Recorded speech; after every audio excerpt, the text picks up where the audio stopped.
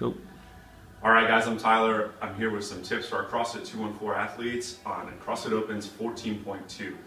Starting with our movement prep, some mobility in the shoulder, especially biasing external rotation to help that elbow up position, elbow pit up position, the overhead squat will really help shoulder stability. Moving on to the hip, working through the back of the hip, through the glute, and then also working on ankle mobility will help provide us a little bit more vertical torso position in the overhead squat.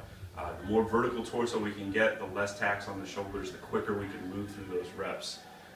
Also, if you're planning to butterfly, recommend a lot of mobilization on internal rotation at the shoulder. That way, being able to come through the butterfly without trashing the front of the shoulder will save us a little bit when we go back to the overhead squat.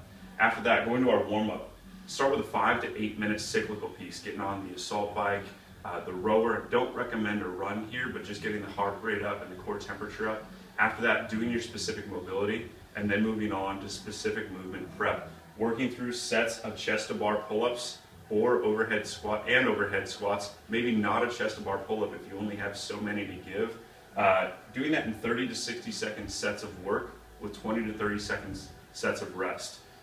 Working through that 3 to 6 times. We want to go into this workout today with an elevated respiration and cardiac rate. Do not want to go into this workout cold with normal breathing. Moving on to our execution piece. Starting with the movements. For those of you that have great mobility, starting to widen the stance a little bit in the overhead squat and narrow your grip will allow you to shorten that range of motion. All we need to do is get below parallel. You don't need to go all the way down, butt to the calves. At the top, being able to go with a narrower grip will help the shoulders not fatigue early and allow us to get further in the chest to bar pull-ups. For your pull-ups, if you know you're going to rip on chest to bar pull-ups, tape your hands. I'll put a good link to a hand taping tutorial in the notes of the video, so check that out. Also, ladies, know that you can vary your grip. If you want to turn one hand over, turn the other hand over, or even go both hands supinated, that is an option. But don't do anything new. If you don't butterfly chest to bar, today is not the day to learn. Finally, put your chalk at chest height.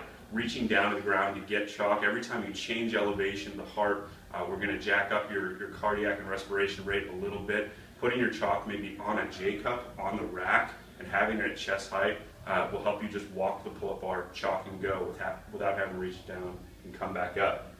Finally, pacing. Strongly recommend a little bit of individual coaching on your pacing. Work with a coach, talk to them about honestly what you're capable of, and work to eke out an extra few reps with your own capacity. That being said, on the overhead squats, going unbroken as long as you can is the way to go. Breaking up those sets early isn't going to gain you much of anything. If you have to rest with the bar on your back and then put it back up overhead. Having to re-snatch is a ton of energy. I would not recommend a squat snatch. You saw the ladies last night squat snatching. They're very confident with that. If you're great at squat snatching, go for it, but that's going to be a small percentage of the population that will gain speed from that. On the chest to bar, break early and front load your sets. Do not go anywhere close to failure, especially in the first couple 3-minute rounds. If you're planning on going into round 3 and 4, break it up early, get some controlled rest, 10 to 15